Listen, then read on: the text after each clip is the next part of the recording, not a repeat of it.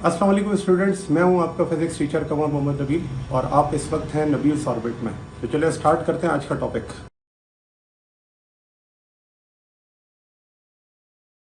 जो एग्जांपल है वो कहती है a masjid minar having area of cross section 0.2 metre square. The upper domes weight, जो अपर डूम का वेट है वो है 10,000 newton, is made up of material with Young modulus of 4.5 exponent 10 pascal. Steel का जो यंग मॉड्यूलस है वो ये होता है।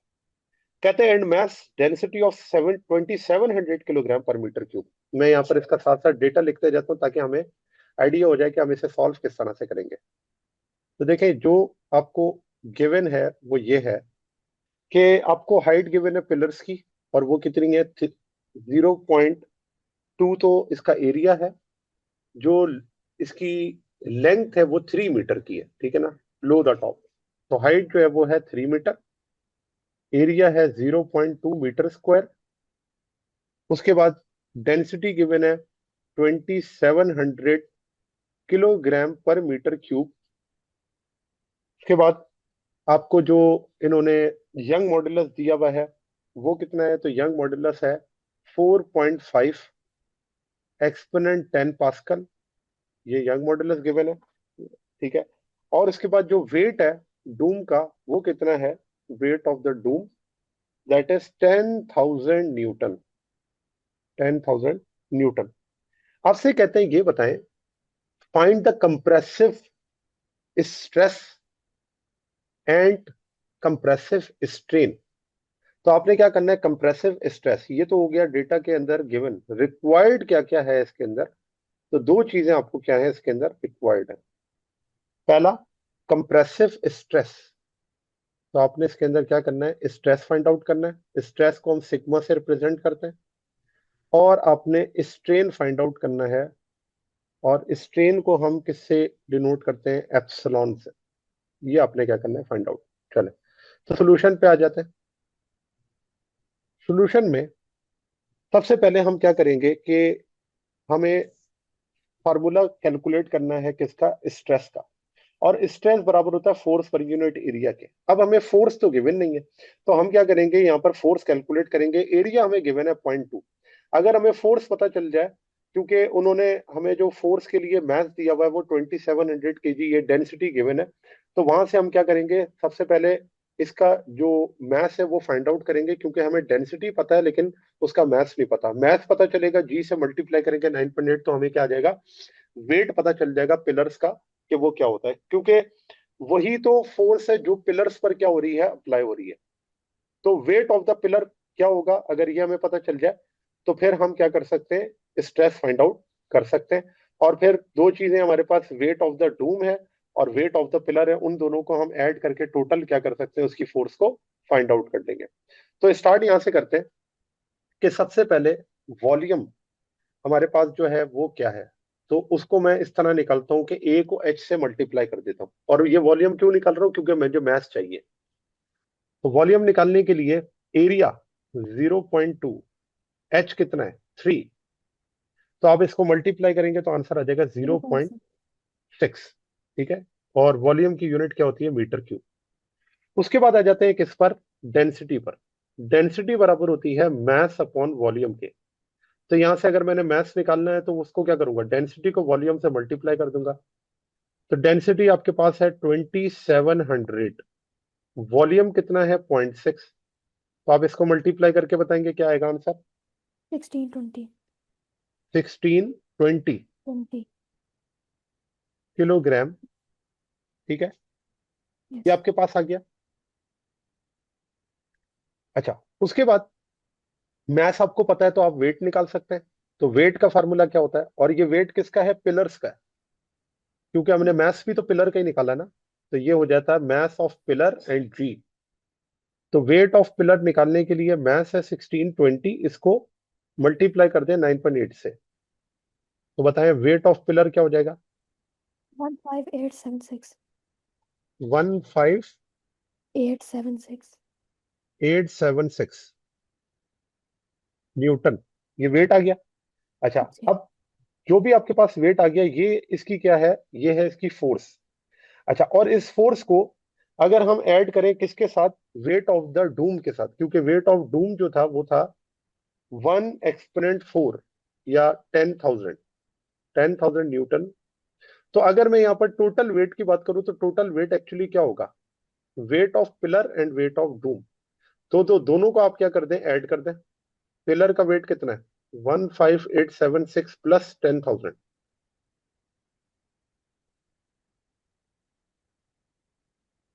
जी कितना आ जाएगा ये,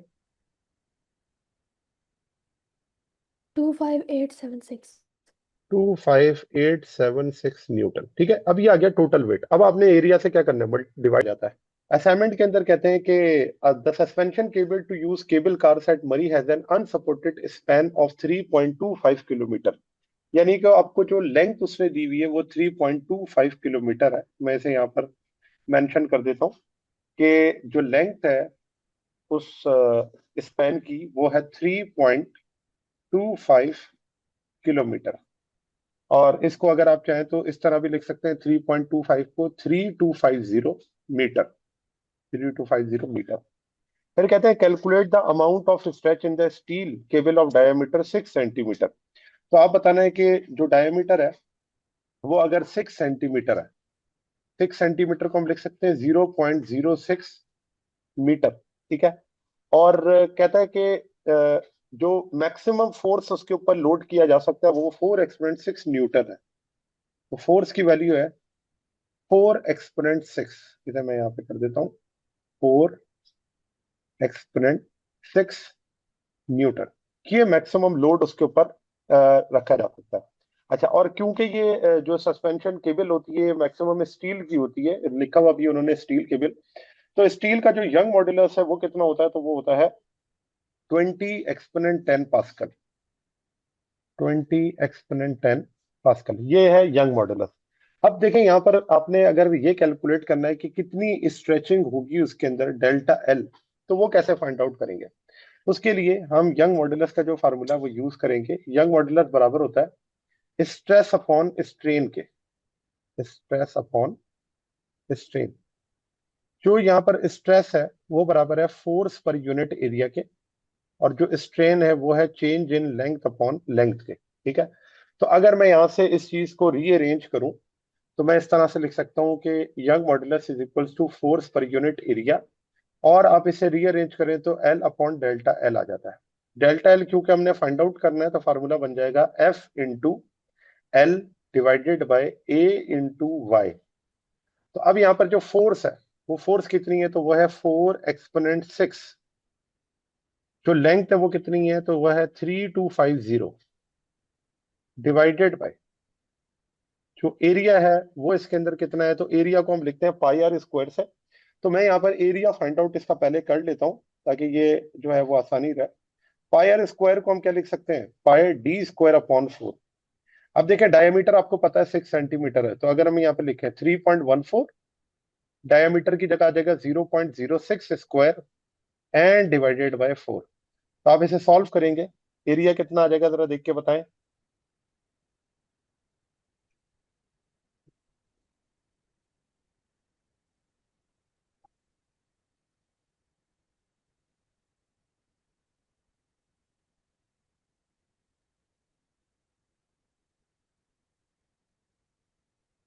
2.826 multiplied 10 power minus 3.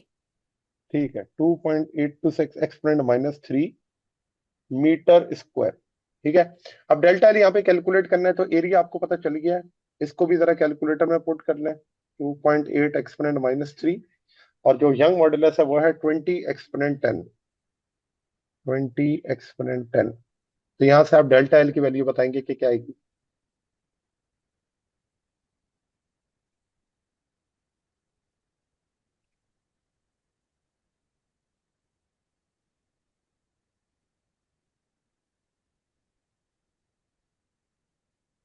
$23.21. ठीक है जी, 23.21 मीटर, ये इसका क्या हो जाएगा, चेंज इन लेंथ। इसका मतलब ये है कि इतनी स्ट्रेचिंग उसके अंदर होगी लोड के साथ। क्वेश्चन नंबर 2 है, calculate the change in length of inner leg bone of a soccer player having mass of 70 kg supports 62 kilogram of his mass on his bone, assuming the bone to be equivalent to a uniform rod that is 40 centimeter long and having radius of 2 centimeter. तो आप देखें कि इसके अंदर इन्होंने आपको जो data है वो इस तरह से दिया हुआ है कि एक सॉकर प्लेयर है जिसका जो मास है वो है 70 केजी। तो यहाँ पर हम लिख देते हैं ये है 70 केजी, ठीक है। और कहते हैं support 62 kilogram of his mass on his bone, और उसका जो 62 केजी का जो मास है वो उसके बोन पर जो है वो डिस्ट्रीब्यूटेड है। इसका मतलब ये होगा कि अगर टोटल 70 है तो जो मास डिस्ट्रीब्यूटेड है उसके बोन पर वो है 62 केजी। तो हम यहाँ पर लिखेंगे 62 केजी। कहते हैं assuming the bone to be equivalent to a uniform rod that is 40 centimetre long. तो अब उन्होंने जो आपको दिया हुआ है कि जो यूनिफॉर्म रॉड है उसकी जो इन्होंने लेंथ आपको दी हुई है या रेडियस आपको दिया हुआ वो कितना दिया हुआ है। तो देखिए लेंथ है 40 सेंटीमीटर। 40 सेंटीमीटर को मीटर में हम क्या लिखेंगे, तो हम लिखते हैं 0.4 मीटर। और जो रेडियस है वो है 2 सेंटीमीटर, तो इसे हम लिख सकते हैं 0.02 मीटर। 0.02 मीटर, ठीक है जी। अच्छा, यंग मॉड्यूलस कितना है, तो वो है 9 एक्सपोनेंट 9 पास्कल। 9 exponent 9 pascal. ये वैल्यूज जो है वो कांस्टेंट है जो कि गिवन है। डेल्टा एल आपने क्या करना है इसके अंदर फाइंड आउट करना है। अब देखिए मैथ आपको गिवन है तो फोर्स नहीं पता, फोर्स हम यहाँ से कैलकुलेट कर लेंगे और वो बराबर होती है एम जी के, ग्रेविटेशनल फोर्स। तो मैथ से 62, इसको जरा 9.8 से मल्टीप्लाई करके बताएं कि फोर्स क्या आ जाएगी।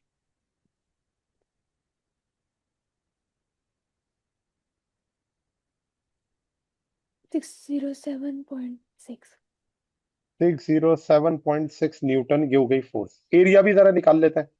तो देखें एरिया बराबर होता है पाई आर स्क्वायर के। तो यहाँ पर पाई जो है वो है 3.14 और जो रेडियस है वो है 0.02, और इसका स्क्वायर करके मुझे बताएं कि एरिया क्या आएगा।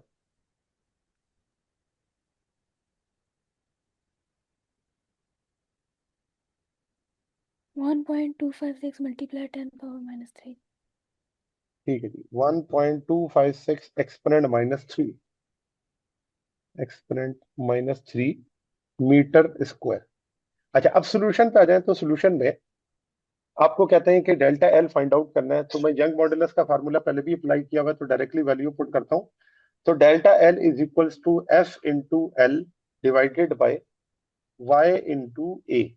तो ये आपके पास क्या है डेल्टा एल। अब क्या करेंगे, वैल्यूज को सब्स्टिट्यूट कर देंगे। फोर्स हमने निकाली थी वो आई थी 607.6, जो लेंथ है इसकी ओरिजिनली वो है 0.4 divided by Young modulus 9 exponent 9, and then area जो है वो है 1.256 एक्सपोनेंट माइनस 3। ठीक है जी। तो यहां से आप डेल्टा एल को फाइंड आउट करेंगे कि वो क्या आएगा।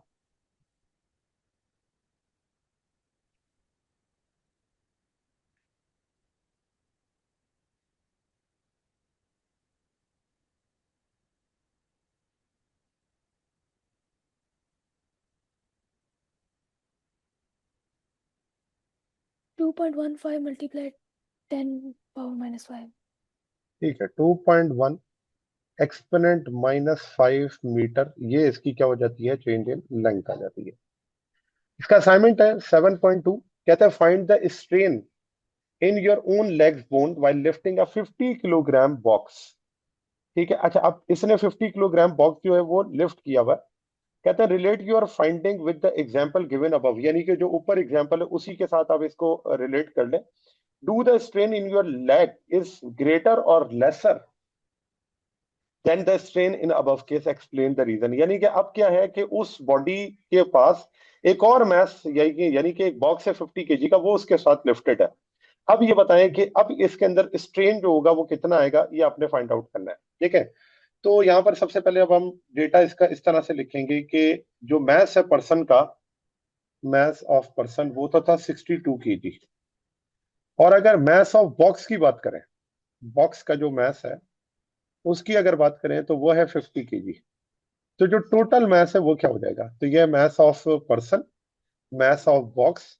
तो टोटल मास अगर आप देखें तो ये होगा mass of person plus mass of box, 62 plus 50, 62 plus 50, तो ये आ जाएगा m is equals to answer आ जाएगा 112 kg। तो ये आपके पास आ गया टोटल मास। जो इलास्टिसिटी है वो कितनी है इसके अंदर, तो यंग मॉड्यूलस ऑफ जो है वो है 9 एक्सपोनेंट 9, जो कि ऊपर वाले केस में भी हमने लिखा हुआ है पास्कल। आपसे कहते हैं कि स्ट्रेन आपने फाइंड आउट करना है, इसमें क्या होगा, स्ट्रेन की वैल्यू क्या होगी ये आपने फाइंड आउट करनी है।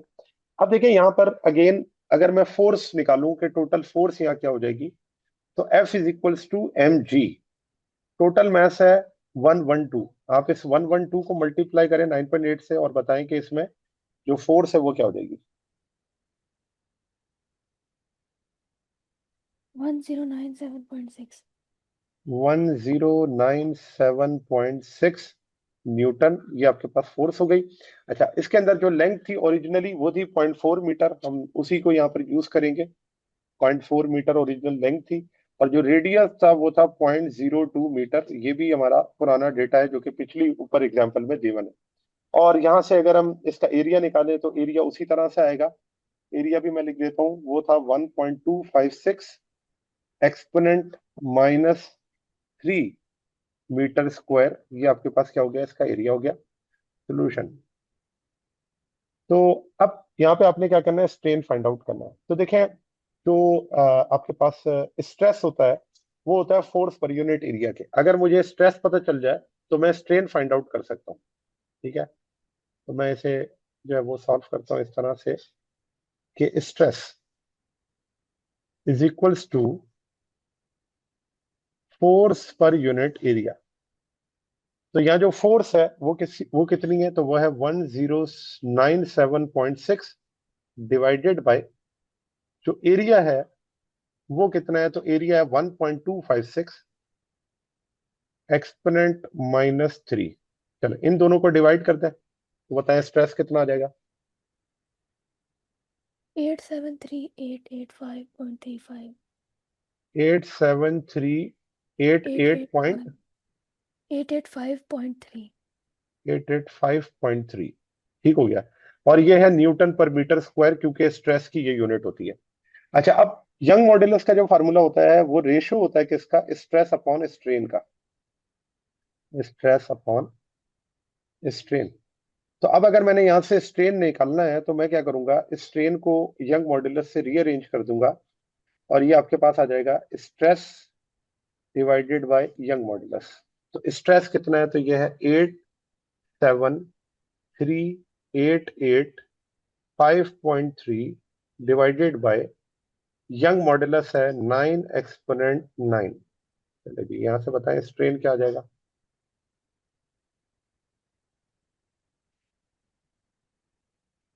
9.7 multiply 10 power minus 5. ठीक है, 9.7 एक्सपोनेंट -5। और ये आपके पास इसकी कोई यूनिट नहीं होती, तो करेक्ट ऑप्शन आपके पास है स्ट्रेन 9.7 एक्सपोनेंट -5। ठीक है जी।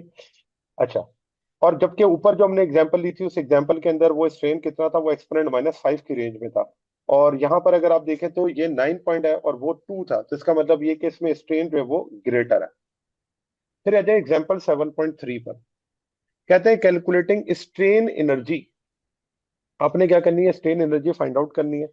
Calculate strain energy stored in a 1 metre long steel. Data इसका बनाते जाते हैं। इस तरह के जो क्वेश्चंस होते हैं उसके अंदर डेटा आपका जो होता है वो आपको बहुत हेल्प आउट करता है। तो लेंथ है 1 metre, long steel wire connected to the roof holding a chandelier of weight 980 newton. तो जो वेट है वो आपको दे दिया है और वो है 980 न्यूटन। जो यंग मॉडुलस है स्टील का वो हमने पढ़ा है, वो होता है 20 एक्सपोनेंट 10 पास्कल। ये एज इट इज लिख दिया। फिर उन्होंने आपको डायमीटर दिया हुआ है कितना, diameter of steel is 0.004 metre, 0.004 metre. और इससे रेडियस अगर आप निकालना चाहें तो आप क्या करेंगे, 0.004 को 2 से क्या करते हैं डिवाइड, तो आंसर आ जाएगा 0.002 मीटर। तो ये इसका क्या आ गया, रेडियस। अच्छा, यंग मॉडुलस मैंने आपको बता दिया। और इसके अंदर जो वेट है वो कितना है, 980 न्यूटन है। ठीक है, आपको कैलकुलेट क्या क्या करना है, आपको ये कैलकुलेट करना है कि कितना इसमें स्ट्रेन होगा डेल्टा एल, और इसके अंदर आपको ये बताना है कि कितनी एनर्जी स्टोर्ड है, स्ट्रेन एनर्जी, ये भी आपने क्या करनी है, फाइंड आउट करनी है। अब देखें, फोर्स तो आपको पता है, अगर आपको एरिया यहां से हम कैलकुलेट कर लें, रेडियस आपको पता है, तो एरिया बराबर होता है पाई आर स्क्वायर के। तो पाई है 3.14, वैल्यू पुट करें, आर की जगह लिखें 0.002 और स्क्वायर, तो यहां से क्या आ जाएगा एरिया।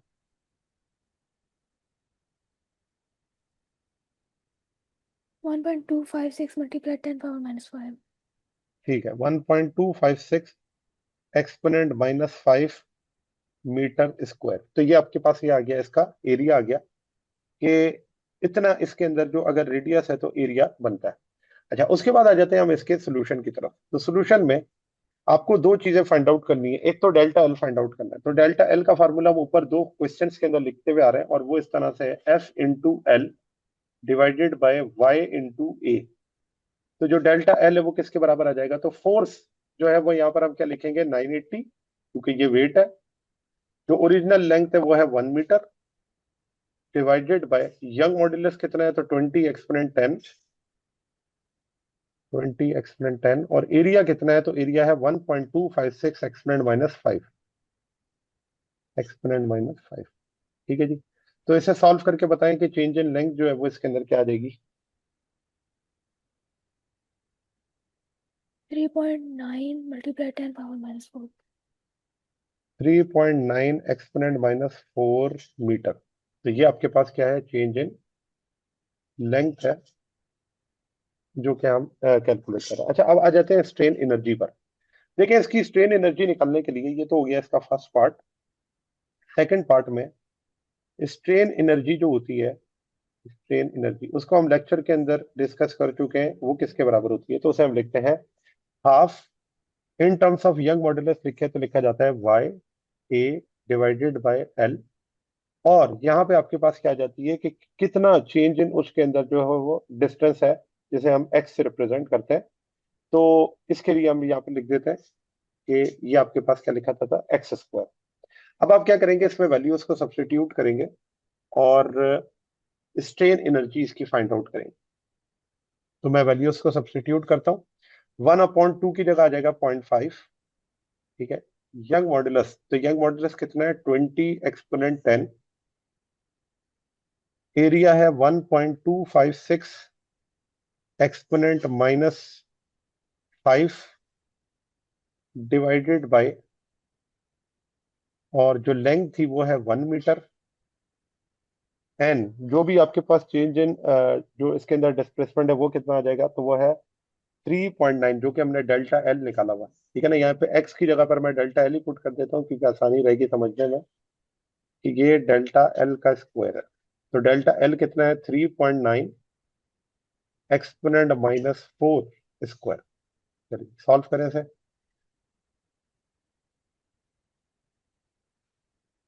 0.191.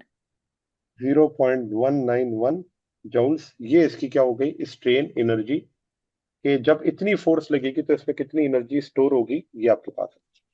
नेक्स्ट क्वेश्चन है 7.3, इसकी असाइनमेंट है, और वो असाइनमेंट के अंदर लिखा हुआ है calculate the work done in stretching a wire of length 5 metre having cross sectional area 1 millimetre square. ठीक है, तो उन्होंने लेंथ आपको बता दी है, वो है 5 मीटर। यहाँ पर हम इसका डेटा लिखते हैं। तो डेटा के अंदर लेंथ है 5 मीटर, और एरिया उन्होंने बताया 1 मिलीमीटर स्क्वायर। 1 मिलीमीटर स्क्वायर को अगर हम लिखें तो इस तरह लिख सकते हैं 1 एक्सपोनेंट -6 मीटर स्क्वायर। ठीक है जी। और यंग मॉड्यूलस जो है वो है 2 एक्सपोनेंट 12, सॉरी 2 एक्सपोनेंट 11 पास्कल। ये आपको क्वेश्चन में गिवन है। और जो चेंज इन लेंथ है वो है 1 मिलीमीटर। तो 1 मिलीमीटर को हम क्या लिख सकते हैं, 1 एक्सपोनेंट -3 मीटर। और आपको क्या करना है, वर्क डन इसके अंदर कैलकुलेट करना है। सोल्यूशन, तो देखिए वर्क डन कैलकुलेट करने के लिए जो भी वर्क है वो स्टोर हो जाता है as an elastic potential energy. तो यहाँ पर अगर देखा जाए तो ये पोटेंशियल एनर्जी उसके अंदर क्या हो गई, स्टोर हो गई, जिसे हम इलास्टिक पोटेंशियल एनर्जी कहते हैं। फार्मूला भी हमने पिछले टॉपिक में भी इसको डिस्कस किया, और वो है young modulus A divided by L, और इसके साथ डेल्टा एल का स्क्वायर। अब आपके पास वैल्यू सारी गिवन है, हाफ तो यंग मॉड्यूलस किसके बराबर है? तो वो है 2 एक्सपोनेंट 11, इसे 20 एक्सपोनेंट 10 भी कह सकते हैं। एरिया जो है वो कितना है? तो वो है 1 एक्सपोनेंट -6, अच्छा जी, डिवाइडेड बाय, और अब लेंथ आ रही है। तो अगर हम लेंथ को यहाँ पर डिस्कस करें तो वो लेंथ कितनी है? 5 मीटर, और जो चेंज इन लेंथ है वो कितना है? 1 एक्सपोनेंट -3 स्क्वायर। तो यहाँ से आप बताएंगे कि एनर्जी कितनी आ जाएगी?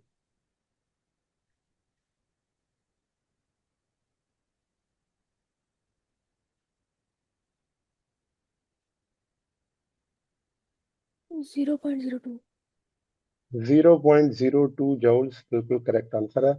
तो ये आपके पास हो गए असाइनमेंट और एग्जांपल्स जो कि हमने सॉल्व कर दिए। जी स्टूडेंट्स, तो ये था आज का हमारा टॉपिक। उम्मीद है आपको ये टॉपिक समझ आया होगा। अगर आप नबील्स ऑर्बिट में रहना चाहते हैं तो सब्सक्राइब करें और नई आने वाली वीडियोस के लिए बेल आइकन प्रेस करें। Thank you very much. अल्लाह हाफिज़।